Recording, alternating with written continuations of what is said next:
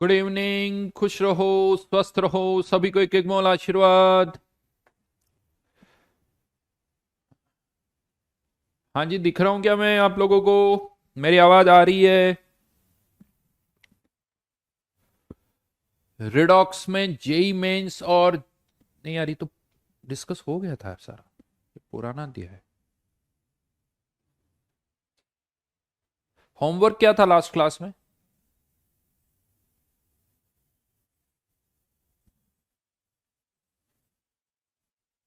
ये तो हो चुका ना?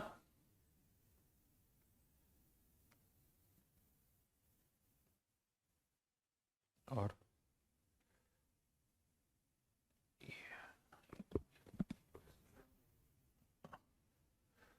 O1 में 1 से लेके 15 तक, और ये नहीं है भाई।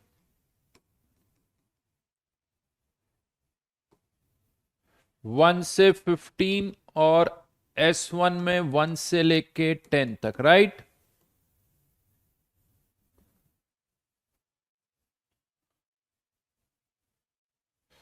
चलिए डिस्कस करते हैं।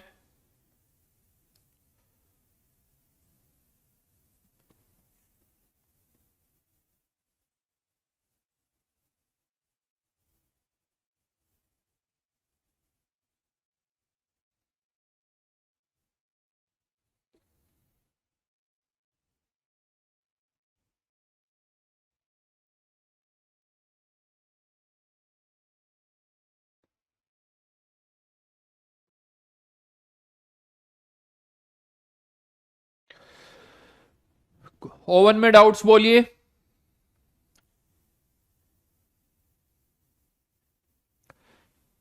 1 to 10 में कोई डाउट है क्या? सारे हो गए?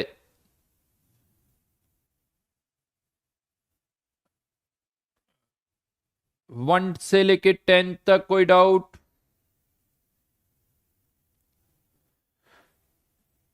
क्या डाउट है क्वेश्चन नंबर 2 में बेटा Ayush? Which of the following statement is incorrect? Incorrect पूछा है, पढ़ो ढंग से, सब लिखा हुआ है।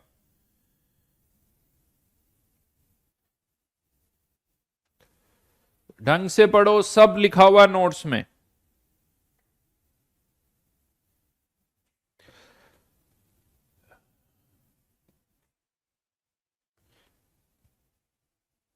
इक्विलिब्रियम पर कंसंट्रेशन कांस्टेंट होती है, इक्वल हो ये जरूरी नहीं है। इक्वल हो ये जरूरी नहीं है, इसीलिए सेकंड का सी ऑप्शन गलत है।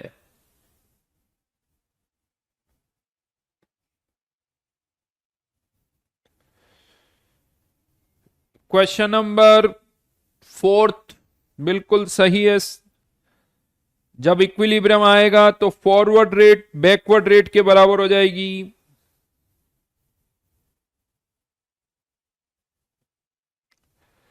फिफ्थ बड़ा इंटरेस्टिंग क्वेश्चन है। फिफ्थ बड़ा इंटरेस्टिंग क्वेश्चन है।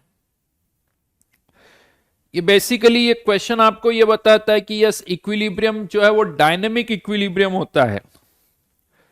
क्या कहा जा रहा है यहां पर कि एक कंटेनर में जो है ना N2 और H2 कन्वर्टिंग इनटू अमोनिया, दूसरे कंटेनर में N2D2 कन्वर्टिंग इनटू ND3, ये दोनों ही इक्विलिब्रियम पर है। ये दोनों ही इक्विलिब्रियम पर है और हमने अब दोनों को मिक्स कर दिया। दोनों को मिक्स कर दिया तो क्या होगा? तो देखिए ये एक डायनेमिक इक्विलिब्रियम है। डायनेमिक इक्विलिब्रियम का मतलब क्या कि अभी भी ये दोनों रिएक्ट करके अमोनिया में कन्वर्ट हो रहे हैं, अमोनिया वापस इन दोनों में कन्वर्ट हो रहा है, यानी यहां पर भी रिएक्शन हो रही है, यहां पर भी हो रही है। और हाइड्रोजन और ड्यूटेरियम ये एक दूसरे के आइसोटॉप्स है। देखो केमिकल प्रॉपर्टीज जो होती है आइसोटॉप्स की वो सेम होती है, उनमें कोई डिफरेंस नहीं होता। ये तो ठीक हमने एक को H और एक को D लिख दिया ताकि डिफ्रेंशिएट हम कर सकें, अदरवाइज दोनों के एटम्स एक जैसे होते हैं। तो इवन ऐसा भी हो सकता है कि बहुत जगह जो आप देख रहे हो ना कि हाइड्रोजन, अगर आपके पास हाइड्रोजन गैस है कहीं तो उसमें कुछ ना कुछ अमाउंट में ड्यूटेरियम भी होता है। अगर कहीं हाइड्रोजन है तो वहां ड्यूटेरियम भी होता है। नहीं, कोई जरूरी नहीं कि हाइड्रोजन में दोनों ही H वाले एटम्स हो, एक हाइड्रोजन भी हो सकता है और एक ड्यूटेरियम भी हो सकता है। ड्यूटेरियम भी हो सकता है, मतलब दो एटम में से एक 1H1 एक 1H2, 1H2 को ही हम ड्यूटेरियम कहते हैं। मतलब इसमें एक न्यूट्रॉन भी होता है, इसमें एक प्रोटॉन भी होता है। हाइड्रोजन में केवल एक प्रोटॉन होता है। एक और होता है ट्रीटियम, जिसमें दो न्यूट्रॉन और एक प्रोटॉन होता है, एक प्रोटॉन होता है। तो अब होगा क्या, अभी भी बॉन्ड बन रहे हैं, बॉन्ड टूट रहे हैं, तो होगा क्या, यहां हाइड्रोजन नहीं है, यहां ड्यूटेरियम नहीं है, लेकिन जब दोनों को मिक्स करोगे तो अब हाइड्रोजन भी है, ड्यूटेरियम भी है। तो कितने तरह की स्पीसीज यहां पर होगी? N2 तो दोनों में कॉमन है, H2 भी है ही है यहां पर, अमोनिया भी है, ये तीनों यहां पर है। यहां से अलग क्या आया? D2 और ND3, ये पांच तो ऑलरेडी है ही है। बट और कौन सी स्पीसीज होगी? अब जब ये आपस में एक दूसरे के साथ कंबाइन होंगे तो हो सकता है कि H2 में एक हाइड्रोजन का और एक ड्यूटेरियम का एटम आ जाए, तो एक ये वाली स्पीसी और होगी। अब ये ऐसा भी हो सकता है कि अमोनिया में 3 हाइड्रोजन के एटम के बजाय 2 हाइड्रोजन का एटम हो, एक ड्यूटेरियम का एटम हो, एक हाइड्रोजन का एटम हो, 2 ड्यूटेरियम के एटम हो। ND3 ऑलरेडी यहां कंसिडर कर लिया, तो यानी टोटल नंबर ऑफ स्पीसीज कितनी होगी? 3 + 2 + 3, टोटल 8। 3 + 2 + 3, टोटल क्या हो गई? 8।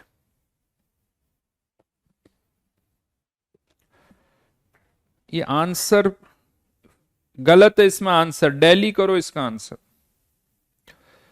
इसका आंसर डेली करो।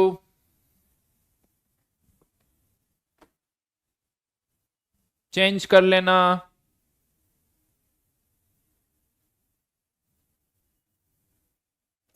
सॉल्यूशन देखोगे तो समझ में आ जाएगा आपको। सॉल्यूशन में देखोगे तो 8 स्पीसीज है वहां पर।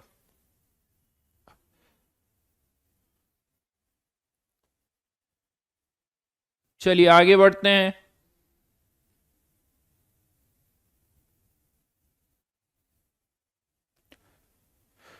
बेटा क्वेश्चन नंबर 9 में किसी और कंटेनर में मान लो रिएक्शन हो रही है, कोई और सब्सटेंस में कंटेनर में डाल देता हूं जिसकी कोई रिएक्शन ही नहीं हो रही, तो उससे इक्विलिब्रियम कांस्टेंट थोड़ी बदलेगा।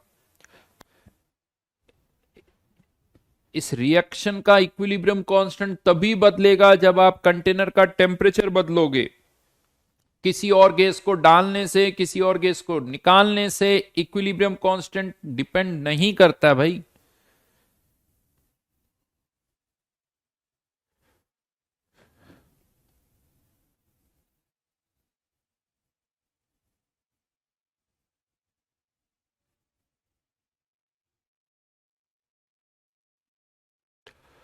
हाँ, ये किसी ने एक अच्छा पॉइंट निकाला है वैसे।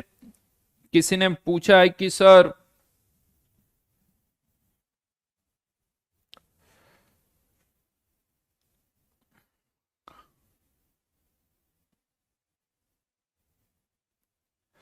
किसी ने कहा कि सर क्वेश्चन नंबर 5 में डिफरेंट केमिकल कंपाउंड्स पूछा है। बात में तो दम है बेटा, जो तुम कह रहे हो। अगर कंपाउंड पूछा तो ये कंपाउंड नहीं है, ये भी कंपाउंड नहीं है, ये भी कंपाउंड नहीं है, लेकिन यहां बड़ा कंफ्यूजन है। ये तो बहुत क्लियर है। क्वेश्चन आता है क्या HD इज कंपाउंड? वैसे HD भी नहीं है, HD भी कंपाउंड नहीं है, वो भी फिर एलिमेंट है। तो उस हिसाब से तो फिर आंसर 4 ही आना चाहिए। कंपाउंड तो यही बचते हैं, बट यहां कंपाउंड से नहीं मतलब डिफरेंट केमिकल स्पीसी लिख दो चाहो तो। क्वेश्चन नंबर 5 में डिफरेंट केमिकल स्पीसी लिख दो, क्वेश्चन का मेन मतलब वो था। ठीक है, अगर केवल कंपाउंड्स की बात करूं तो फिर 4 ही होंगे, 1 2 3 4।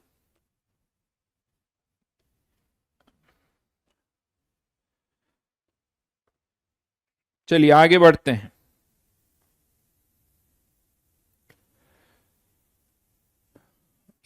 सेवंथ बिल्कुल नहीं बता रहा बेटा ऋषभ, माफ करो। आगे बढ़ो। हाँ, डिफरेंट केमिकल स्पीसी लिख दो, फिर कोई कंफ्यूजन नहीं होगा। क्वेश्चन नंबर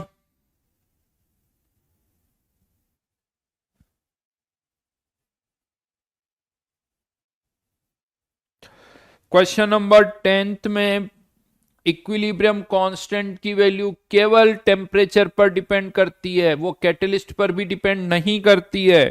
तो क्वेश्चन नंबर 10th का आंसर भी वही रहेगा, इक्विलिब्रियम कांस्टेंट की वैल्यू में कोई चेंज नहीं होगा। क्या लाइन बोली? Equilibrium constant depends only on temperature. Catalyst use करने पर इक्विलिब्रियम, अगर कोई रिएक्शन मान लो 30% हो रही है तो कैटलिस्ट यूज करने पर भी 30% ही होगी। हाँ, कैटलिस्ट यूज करने से क्या फायदा मिलता है कि रिएक्शन की स्पीड बढ़ जाती है, इक्विलिब्रियम अचीव होने में जो टाइम लगता है वो कम होता है, क्योंकि वो फॉरवर्ड रेट को भी बढ़ा देता है, बैकवर्ड रेट को भी बढ़ा देता है। तो लेट से पहले इक्विलिब्रियम अगर 1 आवर में अचीव हो रहा था तो अब हो सकता है कुछ मिनट्स में हो जाए। तो कैटलिस्ट इक्विलिब्रियम कांस्टेंट को चेंज नहीं करता है, बस उसमें इक्विलिब्रियम को अचीव होने में जो टाइम लगता है उसको कम कर देता है। क्लियर? तो क्वेश्चन नंबर 10 का आंसर मिल गया। नेक्स्ट, क्या डाउट पूछ रहे हो? 6th है नेहा बेटा, क्या बोलूं अब तुम्हें यार। ढंग से लेक्चर को सुनो, सब समझ में आएगा। आगे बढ़िए, 15 तक था। 12th में मैंने बताया हुआ है सॉलिड एक्सप्रेशन में अपीयर नहीं होते हैं, सॉलिड्स जो होते हैं वो एक्सप्रेशन में अपीयर नहीं होते हैं। तो क्वेश्चन नंबर 12th में केवल क्या अपीयर होगा? पार्शियल प्रेशर ऑफ H2O की पावर 2। अगर Kp लिखोगे तो प्रेशर, Kc लिखोगे तो कंसंट्रेशन। और क्वेश्चन नंबर 12th में के P इक्वल्स टू के सी आर टी की पावर डेल्टा एन जी की वैल्यू कितनी हो गई? 2। इसलिए सारे ही एक्सप्रेशन सही है, इसीलिए इसका आंसर दिल्ली कर दिया गया। All are correct. वैसे आगरा भी करेक्ट है, बॉम्बे भी करेक्ट है, कलकत्ता भी करेक्ट है और दिल्ली भी करेक्ट है। माफ नेहा, तुम वापस लेक्चर सुनो, डाउट्स मत पूछो, लेक्चर को ढंग से सुनो। जिन्होंने 15th क्वेश्चन पूछा है वो ढंग से वापस से लेक्चर को सुने। मतलब क्या हद कर देते हो तुम लोग, है ना, डाउट्स पूछने की हद है। मतलब कुछ नहीं फर्क पड़ता क्लास में क्या बताया गया है, बस यहाँ आके डाउट पूछो, नोट से कोई कनेक्शन नहीं है साहब। महान है वो लोग, सलाम उनको जो 15th क्वेश्चन में डाउट पूछ रहे हैं।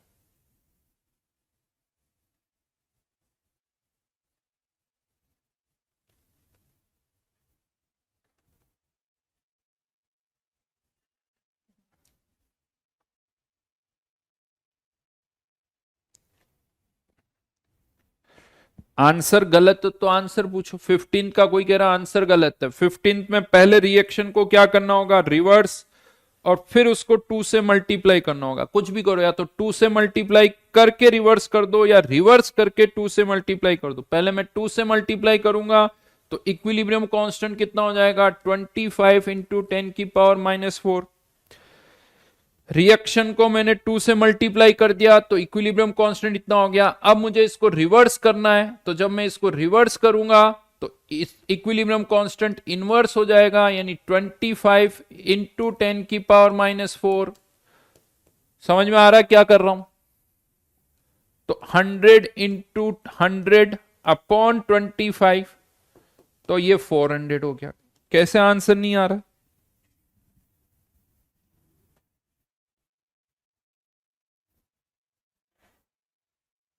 सही है मेरा मतलब, ये ठीक है। किसी क्वेश्चन को पूछना है तो सर इसका आंसर गलत दे रखा है, इसका आंसर गलत दे रखा है, ताकि अब सर बता देंगे। ये बताऊं मैं कि एक रिएक्शन को 2 से मल्टीप्लाई करने पर इक्विलिब्रियम कांस्टेंट क्या हो जाता? सब बताया हुआ है, सब बताया हुआ है।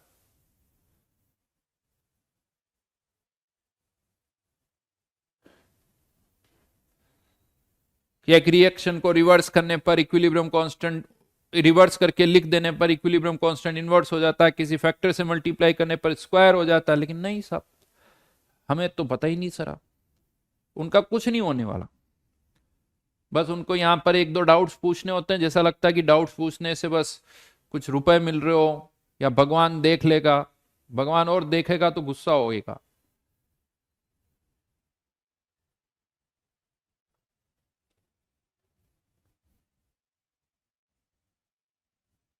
चलिए S1 पर आ जाइए, S1 पर आ जाइए।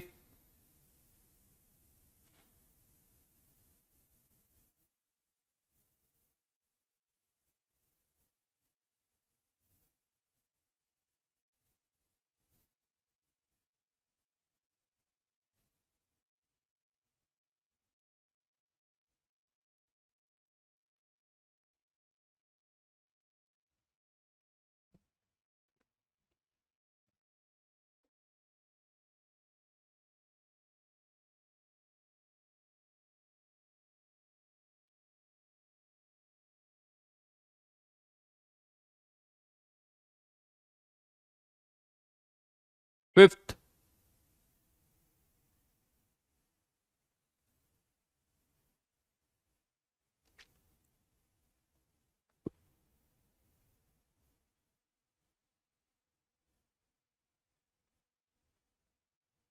क्वेश्चन नंबर 5 में इक्विलिब्रियम कांस्टेंट की वैल्यू दे रखी है, सभी के मोल्स दे रखे हैं, CH4 के मोल्स दे रखे हैं, CH2 के मोल्स दे रखे हैं, H2S के भी दे रखे हैं और हाइड्रोजन के भी दे रखे हैं, कंटेनर का वॉल्यूम दे रखा है। तो Q की वैल्यू निकालो। अगर Q Kc के बराबर है, अगर Q की वैल्यू Kc के बराबर है तो सिस्टम इज एट इक्विलिब्रियम। अगर Q की वैल्यू Kc से ज्यादा है तो रिएक्शन पीछे आएगी, Q की वैल्यू Kc से कम है तो रिएक्शन आगे जाएगी।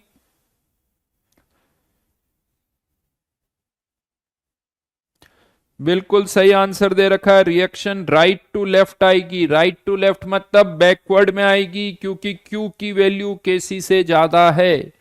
तो क्वेश्चन नंबर 5 का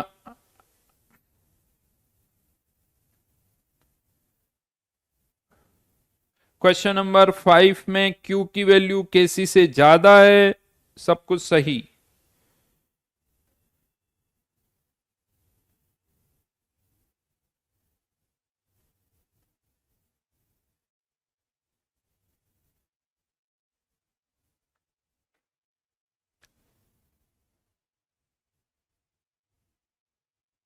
सुखप्रीत खुद करो, सब आंसर आ जाएगा। सुखप्रीत जी सब करो, लिखो पेन से, सब आएगा। अगर इतने सिंपल क्वेश्चन अगर मुझे करवाने पड़े तो जो मैं करवा रहा हूं उसका क्या होगा।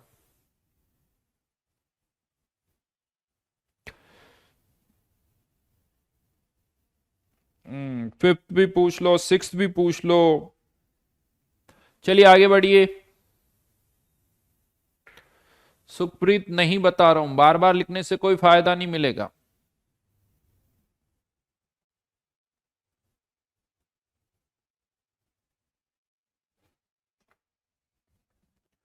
Question number 9, N2 plus 3H2 converting into ammonia, इसका इक्विलिब्रियम कांस्टेंट दे रखा है 0.29 और इक्विलिब्रियम मिक्सचर में आपको N2 की कंसंट्रेशन पता है और H2 की कंसंट्रेशन भी पता है।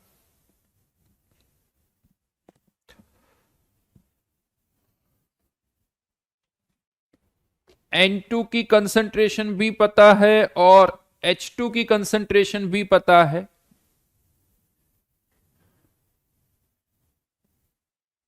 पुट कर दो, N2 पुट कर दो, H2 पुट कर दो, अमोनिया की कंसंट्रेशन निकाल सकते हो।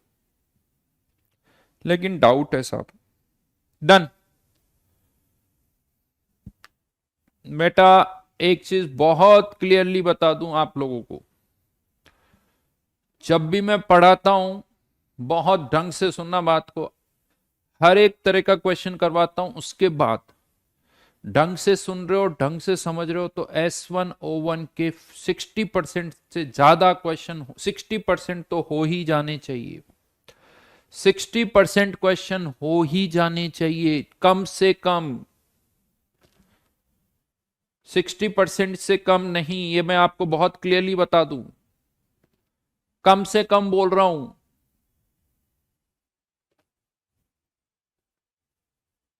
ठीक है, और अच्छा ढंग से कर रहे हो तो ज्यादा डाउट नहीं आएंगे। 10 में से 1 या 2 स्टार्टिंग के, खासकर स्टार्टिंग के जो क्वेश्चंस है वो तो बहुत आसान है, इतने आसान है कि मोस्टली सारे होने चाहिए।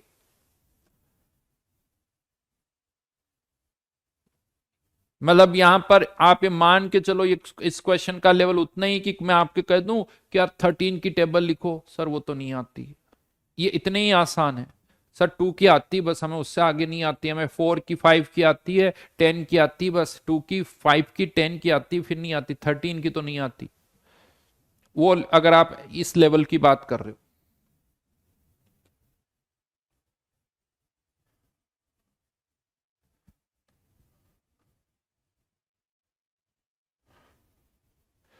संजय बेटा, रिएक्शन क्वोशंट जो होता है वो किसी भी टाइम पर कंसंट्रेशन का रेशियो होता है। मुझे नहीं, रिएक्शन क्वोशंट ये होता है कि किसी भी टाइम पर अमोनिया की कंसंट्रेशन N2 और H2 की कंसंट्रेशन का रेशियो लेते हो तो उसे Q लिख सकते हो। लेकिन अगर ये सिस्टम इक्विलिब्रियम पर है तो इस Q की वैल्यू K के बराबर होगी, इस Q की वैल्यू K के बराबर होगी। बट अदर देन इक्विलिब्रियम तुम इस तरह से कंसंट्रेशन का रेशियो लेते हो तो उसको हम बोलते हैं Q। यानी एक रिएक्शन के लिए K की वैल्यू फिक्स है, लेकिन Q की वैल्यू जैसे जैसे रिएक्शन होगी वेरी करेगी, और धीरे धीरे Q की वैल्यू फाइनली किसके बराबर हो जाएगी? K के बराबर हो जाएगी।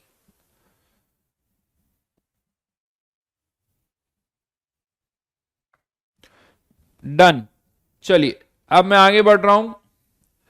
लास्ट क्लास में मैंने आपको एक केस 1 का क्वेश्चन करवाया था जिसमें था कि इक्विलिब्रियम कांस्टेंट की वैल्यू अगर 1 से बहुत कम हो और K/C की वैल्यू 10 की पावर -3 से कम है, ये हमारा केस 1 था।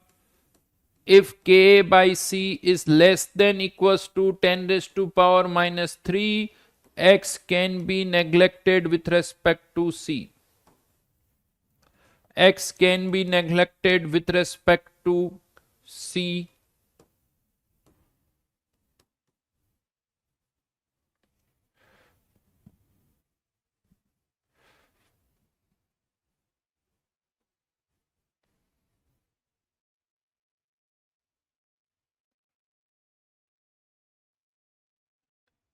अमरिंदर बेटा, यूज है तो कर लो, तुम्हें लग रहा नहीं यूज है तो क्या तकलीफ है तुम्हें?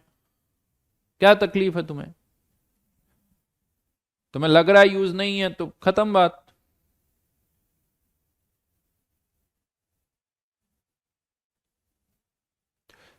निशान सारे एक्सप्रेशन देख लो, सब खुद समझ में आ जाएगा कि रिएक्शन क्वेश्चंट में पावर में क्या जाता है। इतने सारे एक्सप्रेशन लिख चुके हैं, उसको देख लो, खुद समझ में आ जाएगा। वापस नोट्स को टटोलो।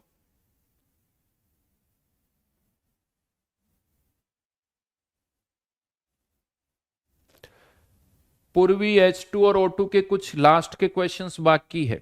ठीक है, देखते हैं, देखें। देन केस 2 पर आते हैं।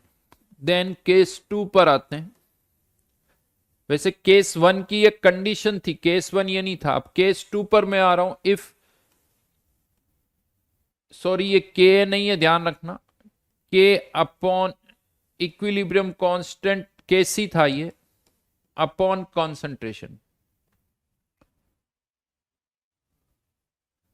If equilibrium constant is very large, यानी 1 से बहुत ज्यादा है, तो क्या होगा? लास्ट क्लास में हमने डिस्कस किया था if equilibrium constant is very small. यहां पर हम डिस्कस कर रहे हैं if equilibrium constant is very large, 1 से बहुत ज्यादा है, मतलब 10 की पावर 4, 10 की पावर 5, 10 की पावर 6, इस रेंज में। फिर से एक क्वेश्चन दे रहा हूं मैं यहां पर आपको, PCl5 PCl3 प्लस Cl2, ये सभी गैसेज है, ध्यान रखना। वॉल्यूम है कंटेनर का 10 लीटर, वॉल्यूम इज 10 लीटर, लेकिन इस बार हमें इसका जो केसी दे रखा है that is 10 raise to power 5 m, that is 10 raise to power 5 m।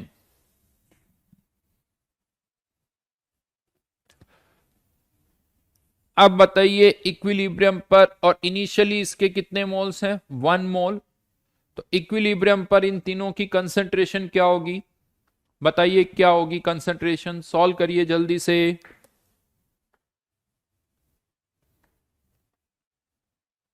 Rudra लग जाएगा, एक से ज्यादा रिएक्टेंट हो तब भी लगेगा।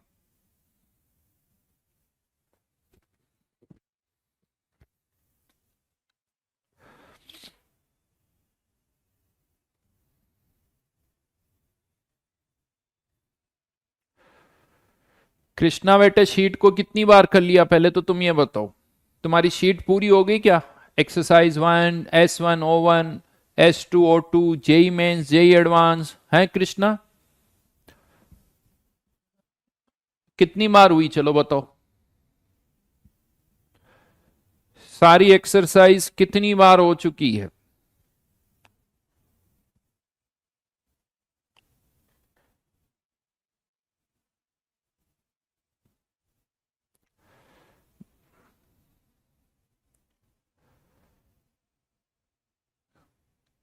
क्या रिडॉक्स की शीट के सारे क्वेश्चंस के सॉल्यूशन आते हैं, H2O2, जेई एडवांस, और कितने टाइम में कर सकते हो वापस। इस क्लास में 2 कृष्ण है,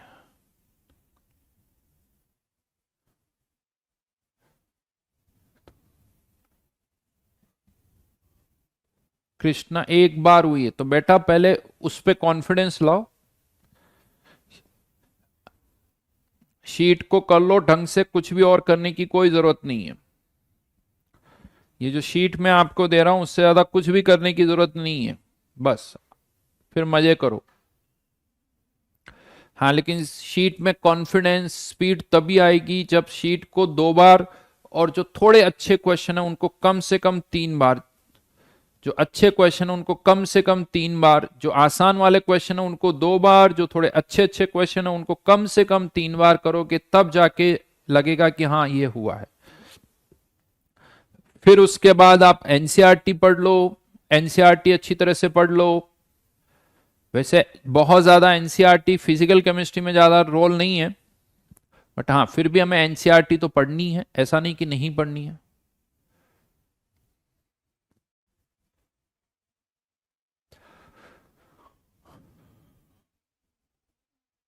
क्या आंसर आ रहा है भाई बताइए,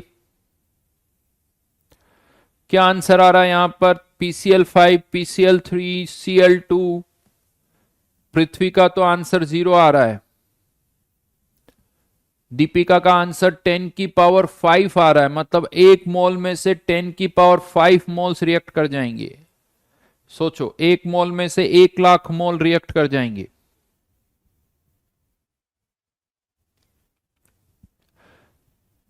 प्रियांशु बेट 0.100, मतलब रिएक्शन ही नहीं होगी ऐसा। राहुल कह रहा है 10 की पावर 5, अनुष्का का कहना है अप्रोक्स 0। आप सोचो इक्विलिब्रियम कांस्टेंट की वैल्यू 10 की पावर 5 है, इसका मतलब पता है क्या, कि रिएक्शन अच्छी खासी फॉरवर्ड में जाएगी, रिएक्शन अच्छी खासी फॉरवर्ड में जाएगी, क्योंकि इक्विलिब्रियम कांस्टेंट 1 से बहुत ज्यादा है, और आप कह रहे हो कि आंसर 0।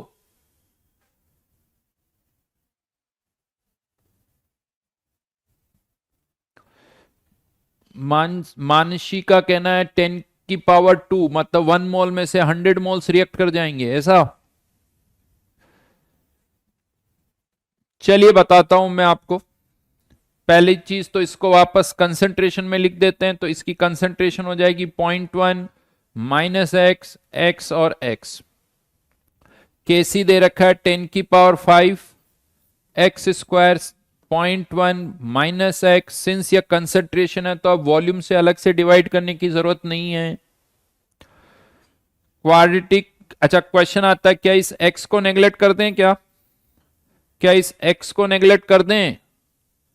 तो Kc अपॉन इनिशियल कॉन्सेंट्रेशन, ये वैल्यू आ रही है 10 की पावर 6, जो कि 10 की पावर -3 से बहुत ज्यादा है। मतलब x को नेग्लेक्ट नहीं कर सकते, x को नेग्लेक्ट नहीं कर सकते।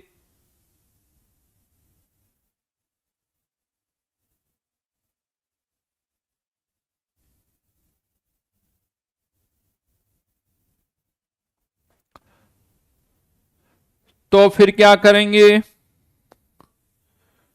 क्वाड्रेटिक सॉल्व करेंगे। एक्स स्क्वायर प्लस 10 की पावर 5x माइनस 10 की पावर 4 इक्वल्स टू 0।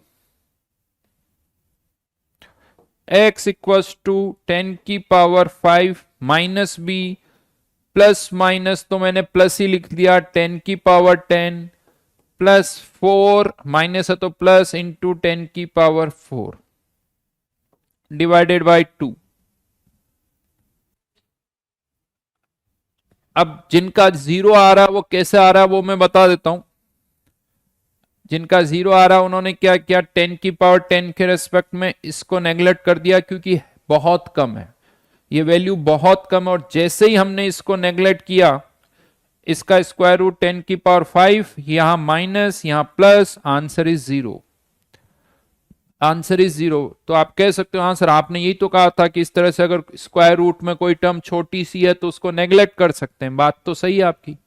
बट अब मैं बताता हूं यहां इसे क्यों नेग्लेक्ट नहीं किया जा सकता। ये पता वही वाली बात हो गई कि 1000 - 1, तो आपने क्या किया कि सर देखो 1000 के रेस्पेक्ट में 1 बहुत कम है तो इसको नेग्लेक्ट कर देते हैं, और फिर 1000 - 1000 0, आंसर 0, जबकि आंसर 0 नहीं, आंसर 1 है। यानी हो क्या रहा है, यहां पर ये वैल्यू बहुत ही कम है, लेकिन जो भी डिफरेंस आ रहा वो इसी के कारण आ रहा था और हमने इसी को ही नेग्लेक्ट कर दिया, तो इसीलिए आंसर 0 आ गया। तो यहां पर भी वही चीज हो रही है, ये वैल्यू इसके रेस्पेक्ट में बहुत कम है, लेकिन जो भी डिफरेंस आ रहा है वो इसी के कारण आ रहा है, और आप अगर मैं इसको नेग्लेक्ट करता हूं तो आंसर 0 हो जाएगा। इसीलिए यहां पर अब इसको नेग्लेक्ट नहीं किया जा सकता। तो फिर क्वेश्चन आता है सर करें क्या, इसका स्क्वायर रूट कैसे निकालें? मतलब यूं सोचा जाए तो इसको ऐसे लिखना पड़ेगा, इसको अगर 10 की पावर 10 लिख दूं तो ये 0.0000004 ऐसे कुछ करके, यानी 1.00004 ऐसे, ऐसे तो नहीं कर सकते। कैसे सॉल्व होगा वो भी बता रहा हूं, सुनते रहो अच्छी तरह से, पेशेंस रखो, बहुत सारी चीजें समझ में आएगी। यस, इसको आप सॉल्व कर सकते हो, आपको तरीके पता है। यहां पर अब हमने क्या किया, इसमें से 10 की पावर 10 को कॉमन लिया तो बाहर आ गया, तो 10 की पावर 5 रह जाएगा, स्क्वायर रूट है इसलिए। अंदर क्या बचा, 1 प्लस 4 इंटू 10 की पावर -6 और इसकी power half divided by 2, divided by 2। Since ये जो टर्म दिख रही है आपको 1 प्लस 4 इंटू 10 की पावर -6, आप सबको शायद पता होगा 1 प्लस एक्स की पावर अगर n है और अगर x 1 से बहुत छोटा है, अगर x 1 से बहुत छोटा है तो इसका बाइनोमियल एक्सपांशन कर सकते हो, और बाइनोमियल एक्सपांशन करोगे तो केवल टर्म क्या आ जाती, 1 plus n x. Higher order terms को, यानी x की पावर 2, x की पावर 3, x की पावर 4, उसको नेग्लेक्ट कर सकते हैं, बस x की वैल्यू 1 से बहुत कम होनी चाहिए, और यहां पर x की वैल्यू 1 से बहुत कम है, तो क्या लगाओगे यहां पर, बाइनोमियल एक्सपांशन 10 की पावर 5। ये फॉर्मूला जो आपको यहां दिख रहा है ये मैं यूज कर रहा हूं, 1 प्लस 2 इंटू 10 की पावर -6। समझ में आया कैसे आया, nx कर दिया तो ये 2 रह गया यहां पर, डिवाइडेड बाय 2। अब इस ब्रैकेट को ओपन करो, 10 की पावर 5 प्लस 10 की पावर 5 प्लस 2 इंटू 10 की पावर -1 डिवाइडेड बाय 2, यानी आंसर इज 0.1। यानी x की वैल्यू आ रही है 0.1। मतलब क्या हुआ कि ये ऑलमोस्ट पूरा रिएक्ट कर रहा है, ये ऑलमोस्ट पूरा रिएक्ट कर रहा है, और करना भी चाहिए। क्यों करना चाहिए? क्योंकि इसकी इक्विलिब्रियम कांस्टेंट की वैल्यू 1 से बहुत ज्यादा है, और मैंने आपसे पहले ही कहा था इक्विलिब्रियम कांस्टेंट अगर 1 से बहुत ज्यादा है तो रिएक्शन अच्छी खासी फॉरवर्ड में जाएगी, ऑलमोस्ट 100%। तो ये पूरा का पूरा ऑलमोस्ट रिएक्ट कर भी रहा है, यानी इसकी कंसंट्रेशन 0.1, इसकी कंसंट्रेशन भी 0.1। लेकिन यहां एक प्रॉब्लम है। प्रॉब्लम क्या है? x की वैल्यू 0.1 आ गई, लेकिन अगर मैं आपसे ये पूछता हूं कि बताओ PCl5 की कंसंट्रेशन क्या होगी, PCl5 की कंसंट्रेशन क्या होगी, तो ऑब्वियसली x की वैल्यू 0.1, तो ये 0 आ रहा है, ये 0 आ रहा है। और मैं आपको बता दूं इक्विलिब्रियम पर किसी की भी कंसंट्रेशन 0 नहीं हो सकती। 10 की पावर -5 हो सकती, 10 की पावर -10 हो सकती, -20 हो सकती, 0 नहीं बोलोगी। और यहां प्रॉब्लम क्या हो रही है कि x की वैल्यू एग्जैक्टली 1 नहीं है, एग्जैक्टली 1 नहीं है, ये 0.0, ये ऐसे 0.0999999, और वो 0.0, समझ रहे हो, ये ऐसे है कुछ 0.0999999 समथिंग। लेकिन अब हो क्या रहा, आपने जैसे ही थोड़ा अप्रोक्सीमेशन किया तो ये 0.1 हो गया। तो ये एग्जैक्टली 0.1 नहीं है, लेकिन क्या करें, इस तरीके से तो आंसर वही आ रहा है। और इससे अगर मैं आपसे पूछूं PCl5 की कंसंट्रेशन क्या है, तो ऑब्वियसली आपका आंसर क्या आएगा, 0 आएगा, जबकि वो सही नहीं है। और एग्जामिनर आपसे PCl5 की कंसंट्रेशन ही पूछेगा, क्योंकि अगर मैं आपको नेक्स्ट टाइम पूछे ना PCl3 और Cl2 की अगर इक्विलिब्रियम कांस्टेंट 10 की पावर 3 से ज्यादा दिख रहा है ना, अगर 10 की पावर 3 से ज्यादा दिख रहा है तो इतना सॉल्व करने की जरूरत नहीं है, डायरेक्ट कह देना सर ये 0.1 है, तो पूरा का पूरा रिएक्ट कर जाएगा, ये भी 0.1, ये भी 0.1, खत्म।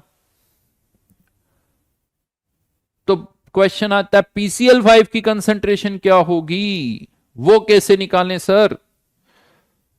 मैं बताता हूं वो कैसे निकालोगी।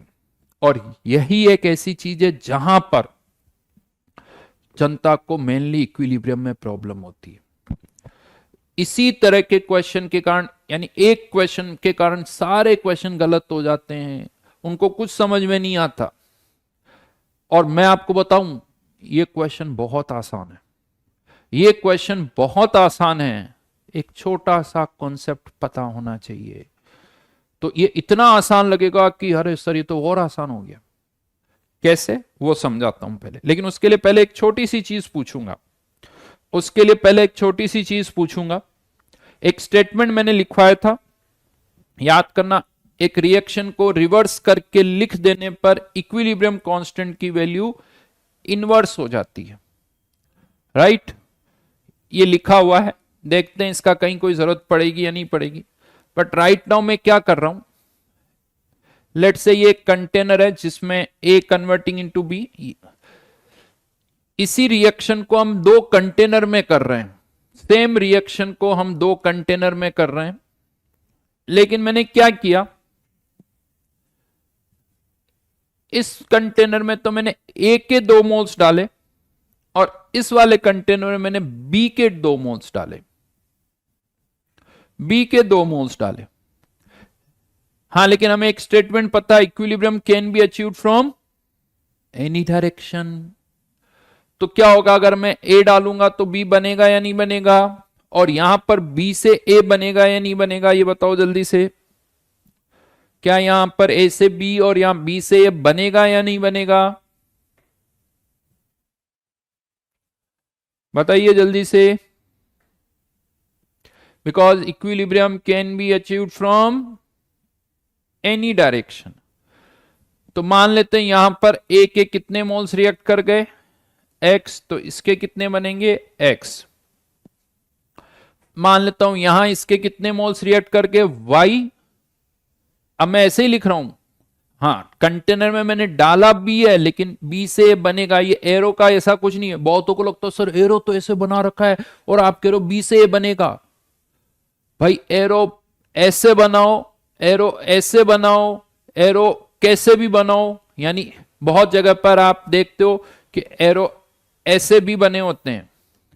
इस एरो की डिजाइन से कोई लेना देना नहीं है। बीच में चाहो तो हैशटैग बना दो, बीच में चाहो तो डबल इक्वलिटी वाला साइन कर दो। हर रिएक्शन में ए से बी बनता है, बी से ए बनता है, ये मैं पहले भी बोल चुका हूं। किसी में टेंडेंसी ज्यादा होती है, किसी में कम होती है, राइट। तो यहां पर बी डालोगे तो ए बनेगा, तो इसमें से वाई मोल्स कम हो गए तो इसके वाई मोल्स बन जाएंगे। एरो की एरो पर मत जाना, एरो से कोई मतलब नहीं है। हर रिएक्शन में रिएक्टेंट प्रोडक्ट में, प्रोडक्ट रिएक्टेंट में कन्वर्ट होते हैं।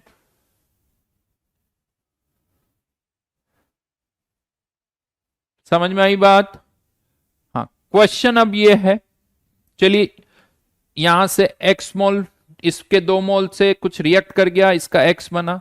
अगर मैं कहता हूं कि यहां एक्सप्रेशन क्या लिखोगे, तो Kc इक्वल्स टू, यानी इक्विलिब्रियम कांस्टेंट कितना दे रखा, 10, मतलब B की कंसंट्रेशन अपॉन A की concentration, concentration of B upon concentration of A at equilibrium which is equals to 10।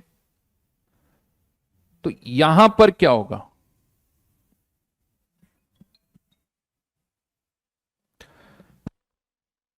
यहां पर क्या होगा, 2 minus y upon y equals to 10 या 1/10।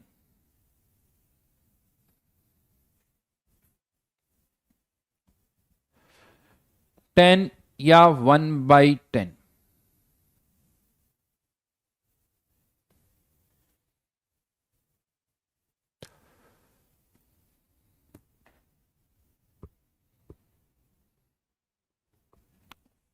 यही बहुत बड़ा कंफ्यूजन है, सीरियसली बता रहा हूं।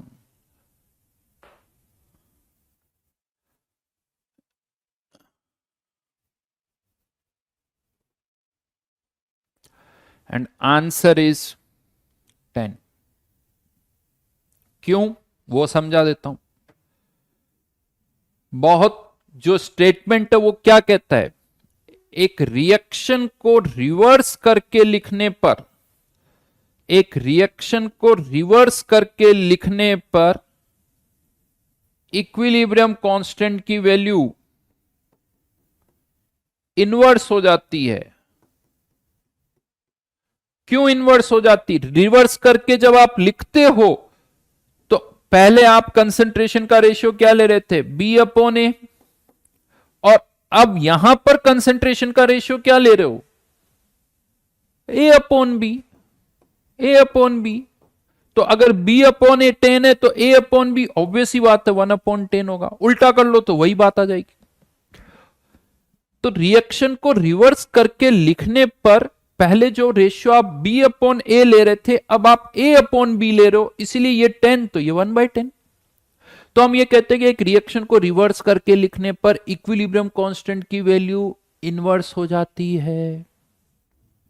लेकिन जनता इसको अलग ही तरह से सोचती है। बहुतों के दिमाग में, मैंने पहले भी यही सेंटेंस बोला था, पर बहुतों के दिमाग में पता सेंटेंस क्या जाता है कि एक रिएक्शन रिवर्स में हो रही है, रिवर्स में हो रही है तो इक्विलिब्रियम कांस्टेंट इनवर्स हो जाता है।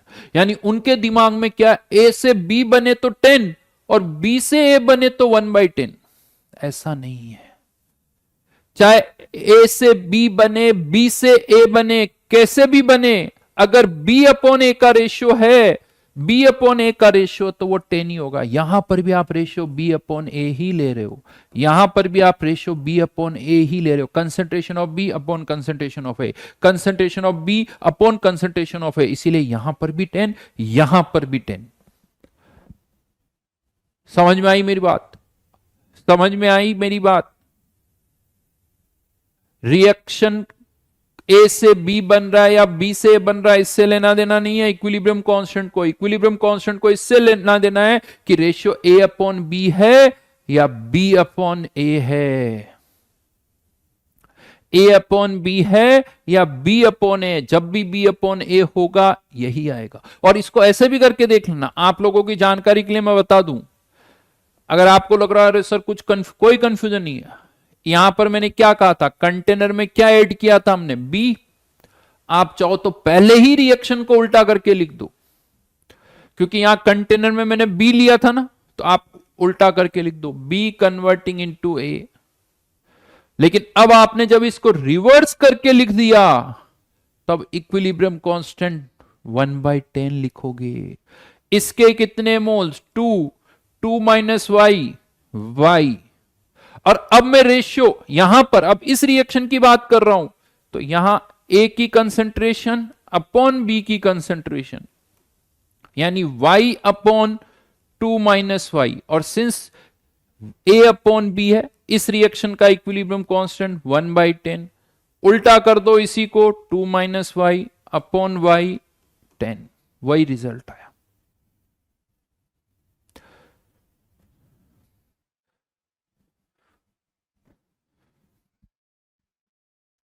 हर्ष बेटा, प्रोडक्ट कोई ए से बी बनता है, बी से ए बनता है, ए से बी बनता है। अननेसेसरली अपने आप को कंफ्यूज मत करो, जो मैं कह रहा हूं उस लाइन को यूज करो।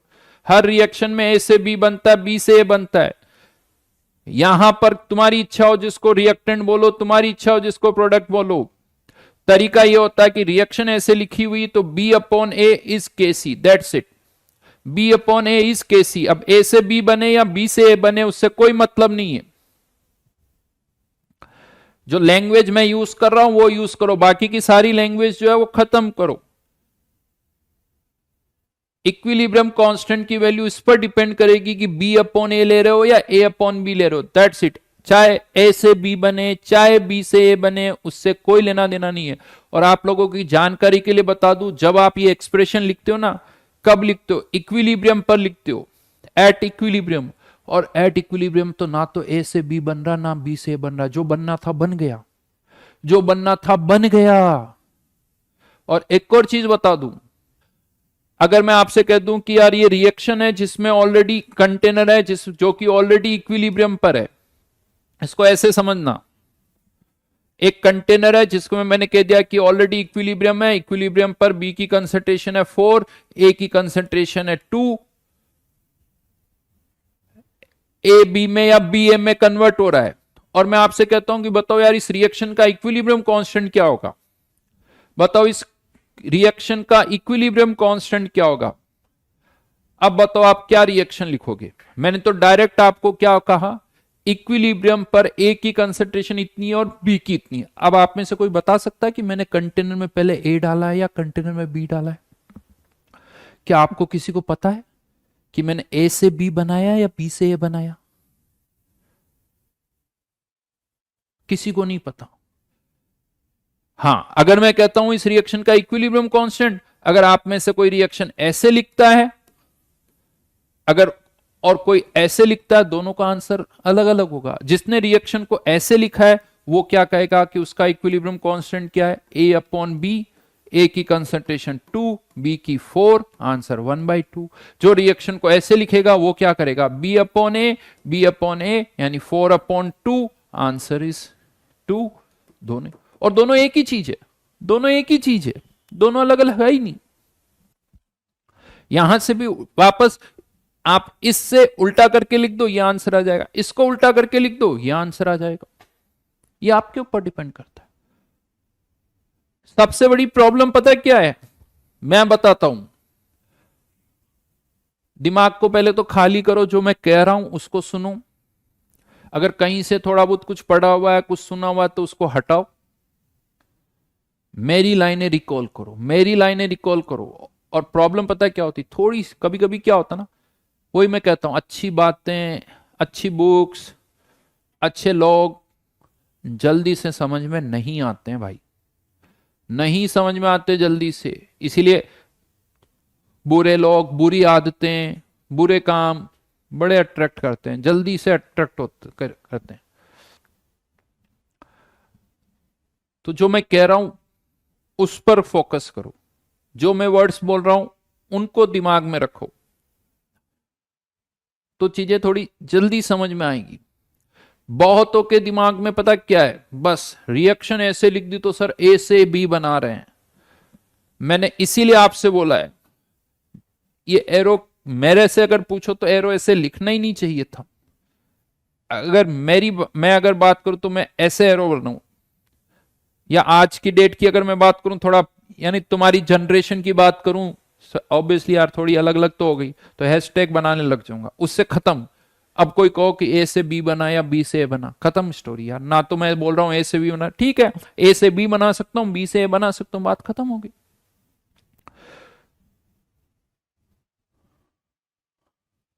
राइट? तो कैसे भी कर सकते हो इसको। एक रिएक्शन में अगर मैं आपको ये डेटा देता हूं ए कन्वर्टिंग इनटू बी, बहुतों के दिमाग में क्या फिक्स है कि अच्छा ए डाल के बी बना रहे होंगे, ऐसा कुछ नहीं है। मैंने ये डेटा दिया है, आपकी इच्छा नहीं सर मैं तो ऐसे लिखूंगा बी कन्वर्टिंग इनटू ए, लिख दो यार, क्या प्रॉब्लम है, एक ही बात है, ऐसे लिखो या ऐसे लिखो, एक ही बात है। तो ये चीज दिमाग से निकाल देना कि ये ऐसे रिएक्शन लिख रहा हूं मतलब मैं कंटेनर में ए ही डाल रहा हूं, आगे मैं ऐसे बहुत सारे क्वेश्चन करूंगा, रिएक्शन ऐसे लिखूंगा और कहूंगा कंटेनर में ए नहीं कंटेनर में बी डाला है, कंटेनर में ए नहीं कंटेनर में बी डाला है। समझ में आ गया? कोई बात नहीं, बी डाला तो इधर आ जाओ।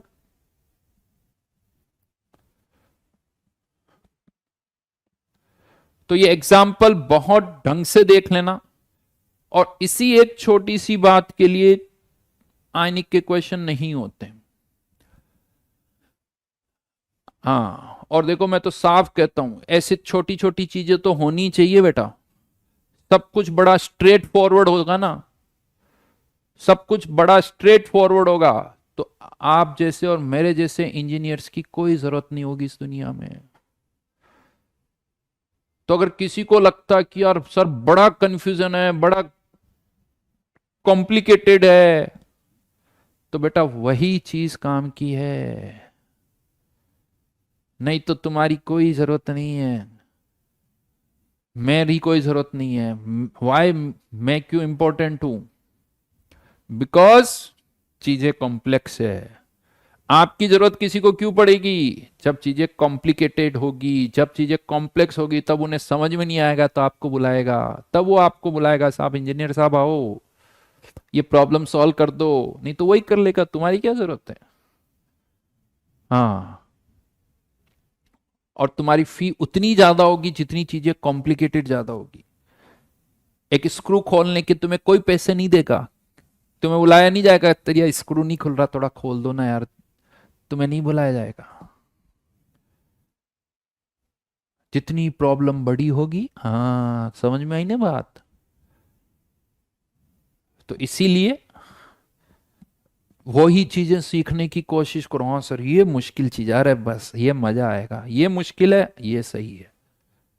हाँ, और ये छोटी छोटी चीजें जो कंफ्यूज करती ना, जो फर्स्ट ये पता कंफ्यूज नहीं करती, ये इरिटेट करती है। इरिटेट करने वाली चीजों में और मजा है, ऐसा लगता होने ही वाला और खट से कुछ गड़बड़ हो जाती है। एक तो क्या होता है, नहीं आता यार मेरे को नहीं आता, यहां ऐसा लगता नहीं मेरे को तो आता लेकिन गलत आता साहब।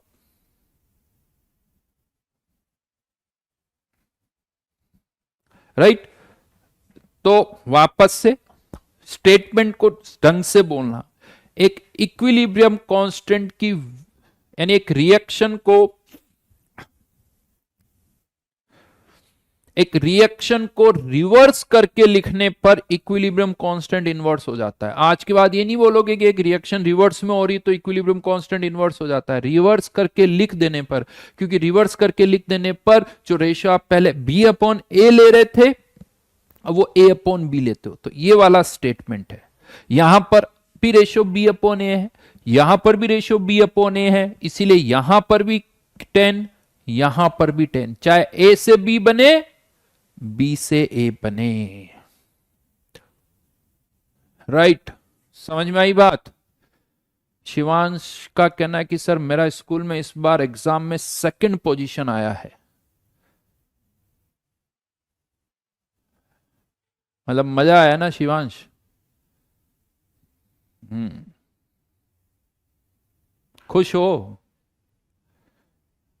बेटा मजा उस दिन आएगा, ऐसे ही पढ़ते रहो जिस दिन आके कहना कि सर अपनी स्कूल से जब तुम्हारे स्कूल के टीचर्स बोलेंगे कि हमारी स्कूल से एक आईआईटीएन निकला है, और अगर बहुत सारे ऑलरेडी निकल रहे हैं तो ऐसा होना चाहिए कि इस रैंक से पहली बार कोई आईआईटीएन निकला है। सीरियसली ढंग से करो, मेहनत करो।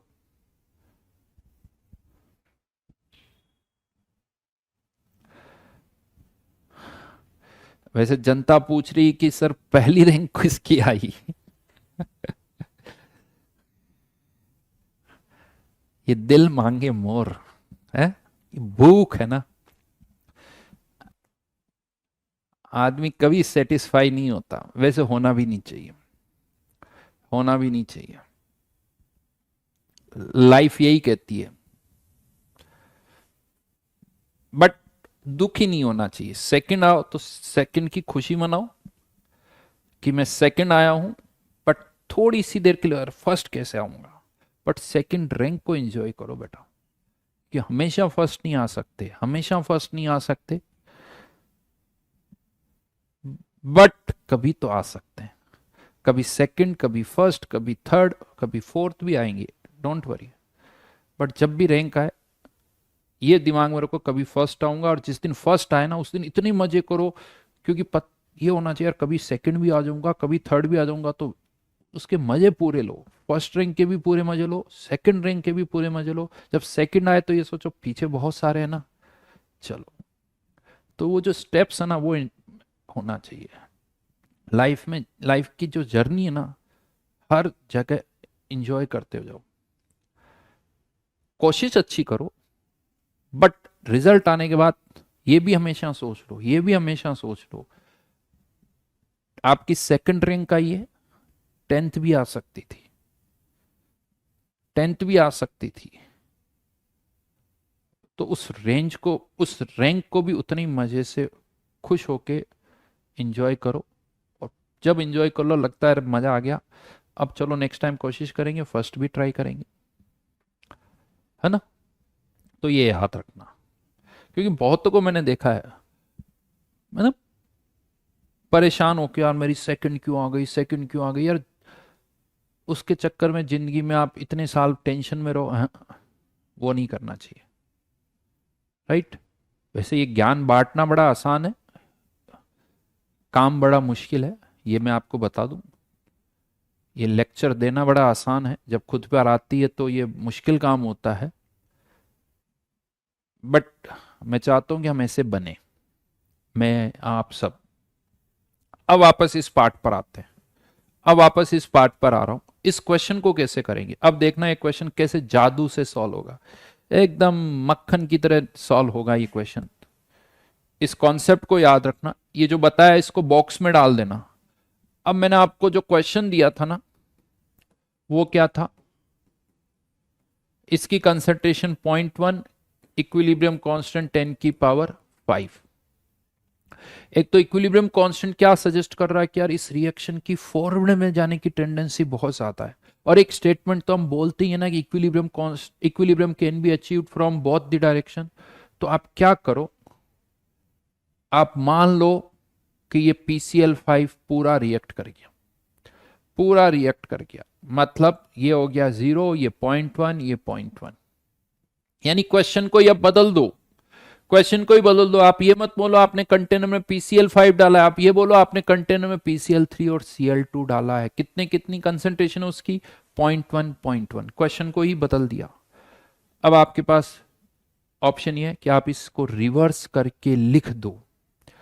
मैं लिखूंगा नहीं, बट जैसे ही रिवर्स करके लिखोगे, ये इक्विलिब्रियम कांस्टेंट जो 10 की पावर 5 है वो 10 की पावर -5 हो जाएगा, और ये केस 2 नहीं केस 1 हो जाएगा। और फिर केस 1 की तरह सॉल्व कर लो। और केस 1 का क्या होगा, 10 की पावर -5, तो उसमें से जो x होगा उसे नेग्लेक्ट कर सकते हो।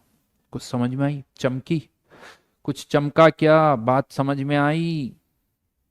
बट करेंगे हम ऐसे, रिवर्स करके भी नहीं लिखेंगे, क्योंकि यहां पर हमें ये पता चल रहा है कि PCl5 की इन दोनों में कन्वर्ट होने की टेंडेंसी बहुत ज्यादा है।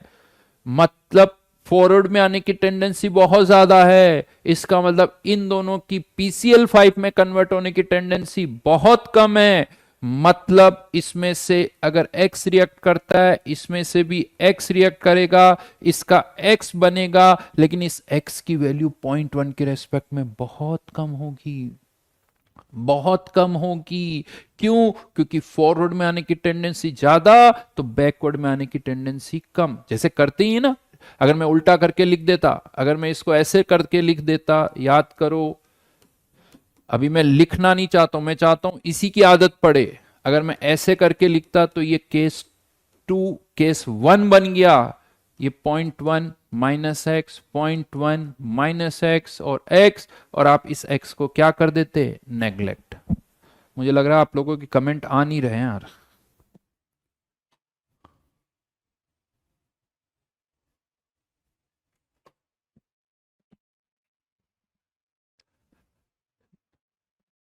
तो जैसे यहां पर x को नेगलेक्ट कर रहे थे, मैंने रिवर्स करके नहीं लिखा, मैंने रिवर्स करके नहीं लिखा, आदत इसी की डालो। बट ये कह सकते हो सर आप फॉरवर्ड में जाने की टेंडेंसी ज्यादा तो बैकवर्ड में आने की टेंडेंसी कम, मतलब यहां से इस x को और इस x को नेगलेक्ट कर दो। अब PCl3 की कंसेंट्रेशन 0.1, PCl2 की कंसेंट्रेशन भी 0.1 डिवाइडेड बाय PCl5 की कंसेंट्रेशन x। अभी भी रेशियो क्या ले रहे हो आप? इसकी कंसेंट्रेशन अपॉन PCl5 की। तो क्या लिखूं यहां पर, 10⁵ या 10⁻⁵?